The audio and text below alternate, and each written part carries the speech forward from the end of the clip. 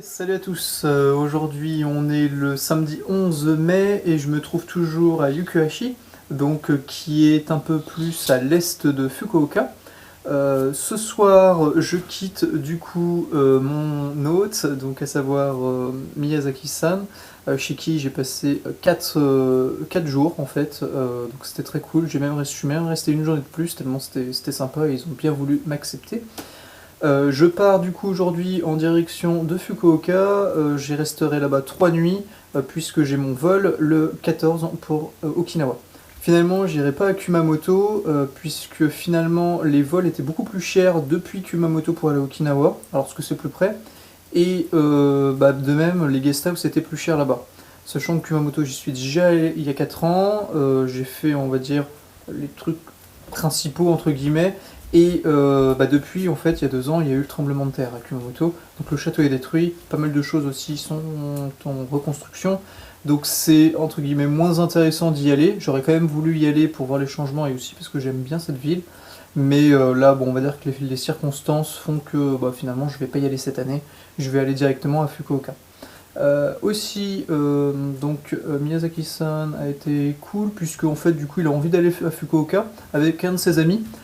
Passer voilà, la journée, aujourd'hui on est samedi, donc voilà, ils sont on va dire off aujourd'hui. Donc ils veulent aller au Fukuoka aujourd'hui et du coup ils m'emmènent. Donc ça c'est plutôt cool, je suis tranquille comme ça, j'ai pas de stop à faire. Donc voilà, on se retrouve plus tard à Fukuoka. Bienvenue au Japon, on mange un McDo.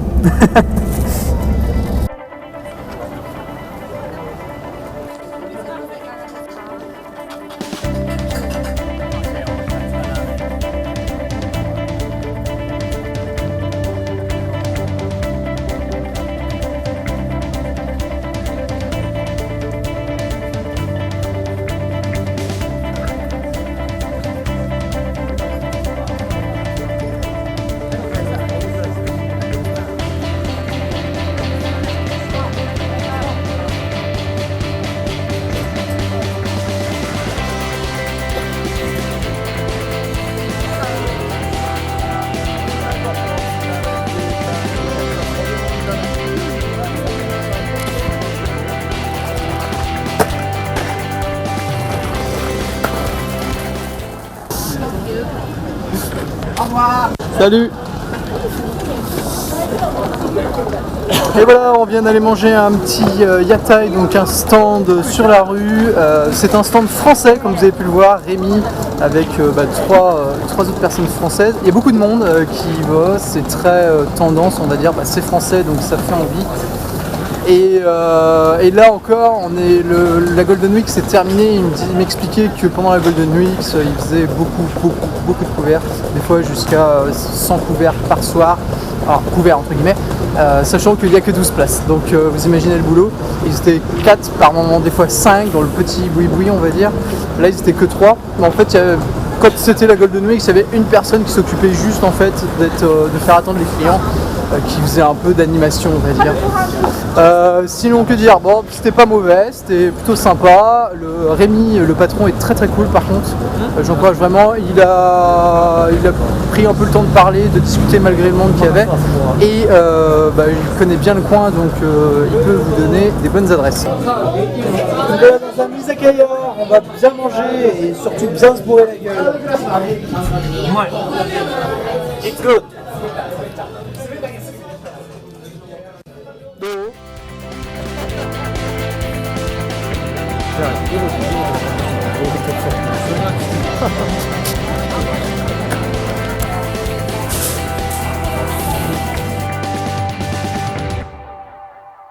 Bon, je suis bien arrivé à Fukuoka comme vous avez vu précédemment. Donc là je vais aller visiter le Maizuru Koen, donc qui est le parc Maizuru. En fait du coup c'est un grand parc vert ici qui se trouve légèrement plus à l'ouest de là où je réside en fait, parce que ma guest house c'est au niveau de la gare Tenjin, qui est en fait en plein cœur de la ville en fait, c'est vraiment un des gros lieux principaux en fait, principal de la ville. Et du coup voilà, on va aller faire ce parc. Je sais pas trop ce qu'il y a, il me semble qu'il y a des petits temples aux alentours également. Et ce qu'il y a d'intéressant par contre à l'intérieur de ce parc, c'est qu'en fait il y a les anciennes ruines en fait du château de Fukuoka. Il y avait un château il y a longtemps ici, et en fait du coup il n'a jamais été reconstruit, mais on peut toujours y apercevoir en fait les ruines. Donc on va aller voir ça, et puis un peu plus tard du coup je me dirigerai toujours vers l'ouest, mais un peu plus encore à l'ouest, légèrement au nord, puisque en fait là-bas il y a une plage artificielle, et c'est assez intéressant en fait d'aller y faire un tour, notamment en fin de journée. Il y a des petites stands et tout apparemment, donc on va aller voir ce qu'on peut faire de beau là-bas.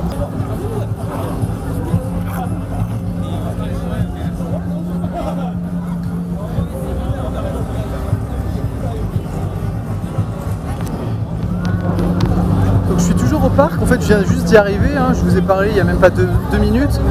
Apparemment il y a un festival aujourd'hui au niveau du parc, c'est un festival de musique, je sais pas quand est-ce qu'il se termine. Je pense qu'à mon avis ça devait être pour le week-end, donc à mon avis ce soir c'est terminé, et il y a beaucoup de stands comme vous pouvez le voir derrière moi. Donc on va aller du coup faire un tour de ça, je n'étais pas du tout au courant, donc c'est cool, tant mieux. Allez,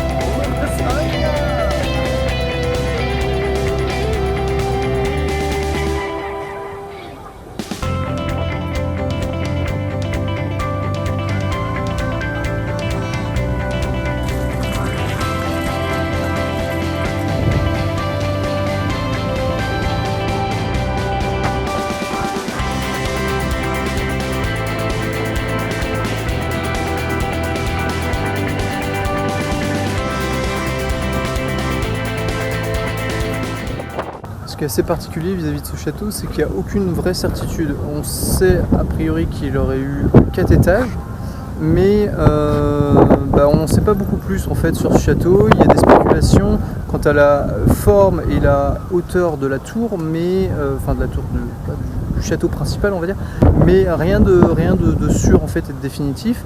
On sait par contre qu'il y avait 47 tourelles qui le composaient, que c'était quand même un des plus grands domaines du Japon, et qu'il y avait quelque chose comme 2000 soldats. Je suis pas sûr au niveau du nombre de soldats, mais a priori ça serait quelque chose comme ça, j'ai cru le lire tout à l'heure. Néanmoins, sinon, les ruines du château en elles-mêmes, pour tout vous dire, il n'y a rien en fait. Il y a juste les murailles et rien de plus. Vraiment rien en fait. Il reste vraiment rien. Donc je sais pas ce qui s'est passé, je sais pas ce qu'ils en ont fait, mais c'est assez surprenant de voir que finalement il reste pas grand-chose. Il y a une grosse structure principale qui avait été conservée, donc qui correspondait en fait à la porte de la cour intérieure. Celle-ci, par contre, elle a été déplacée dans un autre temple en fait, donc c'est pour ça qu'elle n'est pas là, mais elle existe toujours. Néanmoins, sinon, pour le château en lui-même, fondation ou pas, en fait, il n'y a rien. Il n'y a vraiment rien. Je suis assez surpris, je pensais voir un minimum. En fait, non.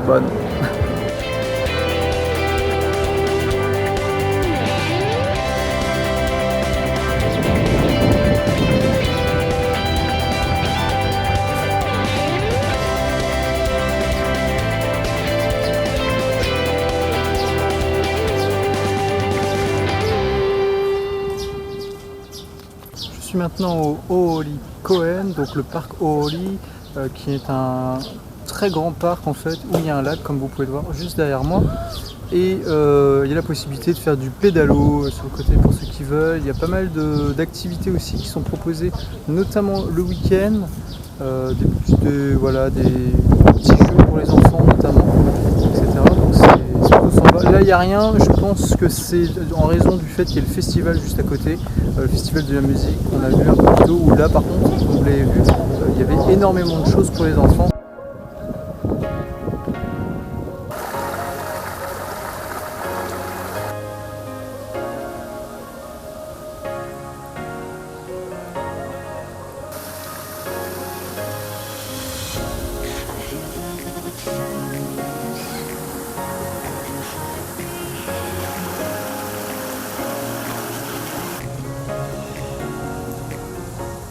Je suis toujours au Oli Park. Ici, il y a un grand jardin japonais, en fait, hein, typiquement japonais, avec une cérémonie de thé et des anciens bâtiments aussi qu'on peut visiter. Donc j'y suis allé alors juste 1 heure avant la fermeture, j'ai eu de la chance, c'était pas encore fermé et en plus j'ai eu une réduction parce que j'arrivais tard. Ça coûte 240 yens l'entrée, ce qui fait 2 euros.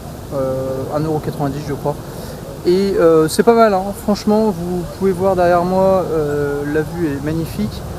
Par contre, pour faire la cérémonie de thé, il y a un supplément à payer et c'est uniquement sur réservation. Donc pour ça, il faut s'inscrire sur le site, etc. Ce que je n'ai pas fait du tout, donc je la ferai pas. Mais en tout cas, on va quand même visiter le parc le jardin, pardon, qui est très joli.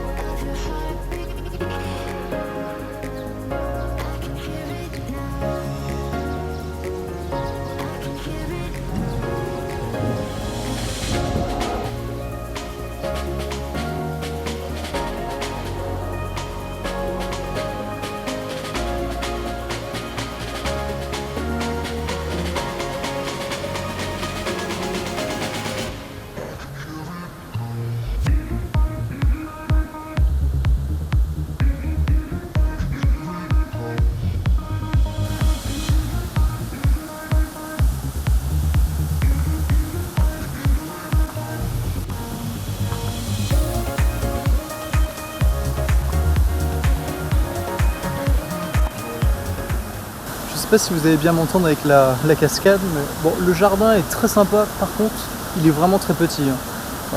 En gros là ici, ce que vous voyez derrière moi, c'est quasiment tout ce qu'il y a à voir. Quand on a déjà fait plusieurs jardins japonais, je sais pas si c'est vraiment intéressant et pertinent de venir à celui-ci. Si par contre on n'en a jamais fait, ça peut être vraiment ça peut valoir le coup parce qu'il est quand même très joli. Mais c'est un peu petit, franchement, voilà, en 20 minutes on a fait le tour, et encore 20 minutes en prenant son temps et en faisant des photos, quoi. Donc c'est vrai qu'après avoir fait celui d'Hiroshima par exemple, dont j'ai oublié le nom, celui-ci fait un peu pâle figure, on va dire. Non pas qu'il soit pas bien, hein, mais qu'il est vraiment très petit comparé à l'autre, et au final on en a vite fait le tour.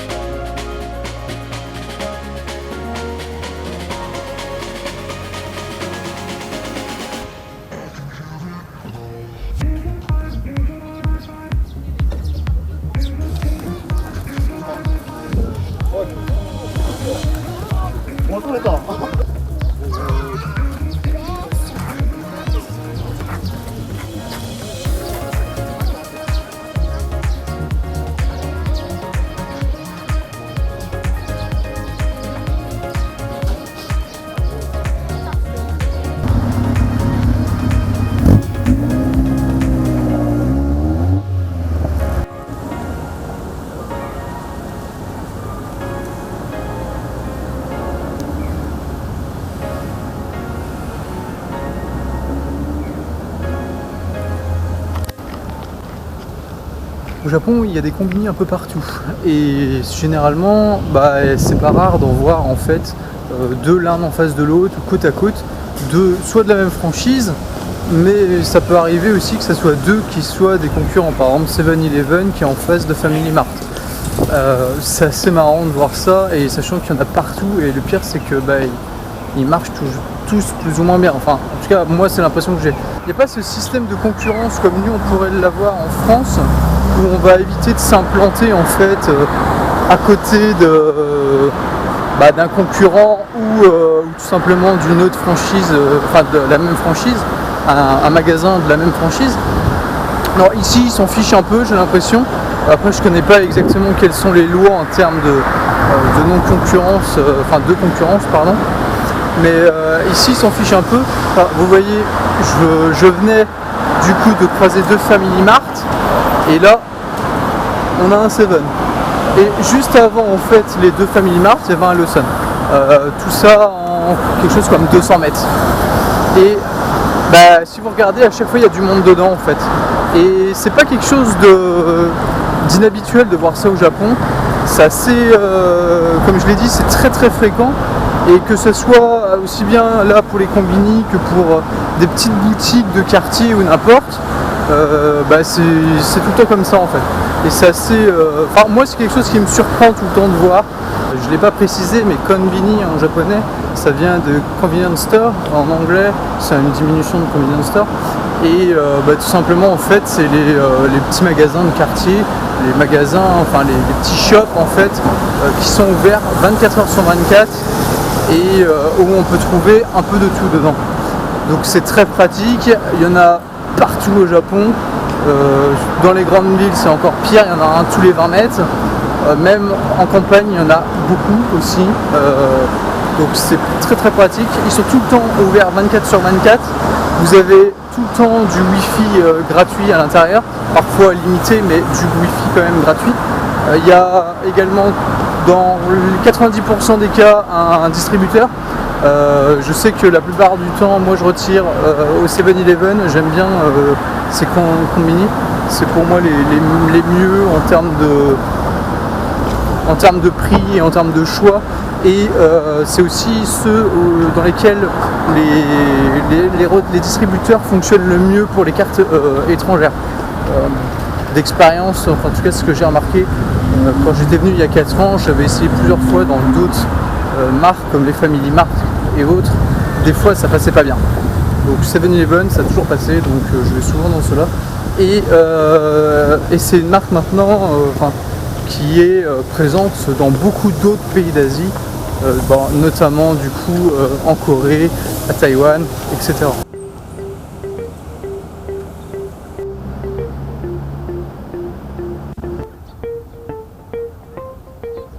Bon, me voilà du coup sur la plage, la fausse plage, c'est une plage artificielle de Momichi. Donc on va voir s'il y a des trucs intéressants. J'ai vu qu'il y a de la lumière un peu plus loin, je sais pas si vous le voyez. Donc on va aller voir s'il y a moyen de voir un petit truc à grignoter, et puis voir s'il y a des petites animations ou autres. Et puis je vais aller aussi aller tâter l'eau, voir si elle est bonne. Alors il paraît qu'elle est très froide, hein. Je vais juste tremper le bout des pieds pour voir, mais c'est tout, hein, je prends pas de risque.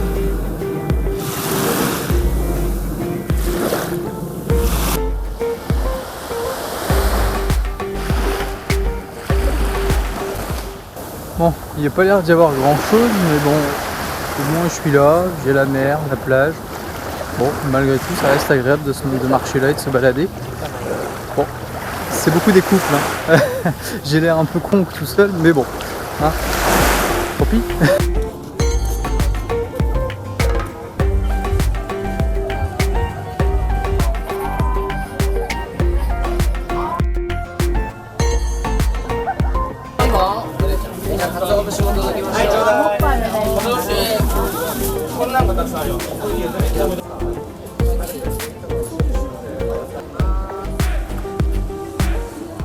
Bon voilà, je viens de finir ma balade au niveau de Momochi, c'était sympa, c'est pas très grand par contre, hein. Il n'y a pas grand chose, il n'y a que quelques petits restaurants, et vraiment sur la plage, il n'y en a que un, il est grand, il est même séparé en deux, mais bon il n'y en a qu'un globalement. C'est là-bas où j'ai mangé du coup les takoyaki, Il y avait franchement pas grand chose d'autre qui faisait vraiment envie, on va dire. Ils avaient pas mal de menus et tout, mais bon, c'est un peu cher. Enfin, pour ce genre d'endroit, forcément, ils sont tout seuls. C'est 500 yens la brochette. Enfin, c'est des prix un petit peu aberrants. Les takoyaki, en revanche, c'était 500 yens les takoyaki. 500 yens, ça fait à peu près 4 euros. Ça fait 4 euros en fait, même. Donc ça va, ça reste très très bon prix à ce niveau-là. C'est pour ça que j'ai pris ça. Sinon le reste, voilà, comme j'ai dit, les brochettes, c'était un peu cher. Voilà, le calamar grillé, c'est pareil, c'était 700 yens, donc ce qui fait 5 euros, 5,50 € pour un calamar grillé. Enfin, voilà. En tout cas, sinon c'est sympa. Voilà, j'avoue que j'ai fait un long tour, je me suis baladé et tout, je me suis posé un moment à regarder. Vous voyez derrière moi, l'espèce de grande demeure, je ne sais pas ce que c'est exactement. En tout cas, c'est très très prisé pour les mariages. Et j'ai remarqué aussi, je ne sais pas pourquoi, il y a beaucoup de Coréens ici. Alors, il y a pratiquement plus de Coréens que de Japonais ici, là. Donc, beaucoup viennent pour se prendre en photo, notamment devant cette bâtisse, dont j'ignore tout. Et c'est assez surprenant d'ailleurs de voir autant de Coréens. Du coup, tous les restaurants ont un menu coréen. Donc, pourquoi pas, hein, mais je savais pas que c'était aussi populaire ici pour les Coréens.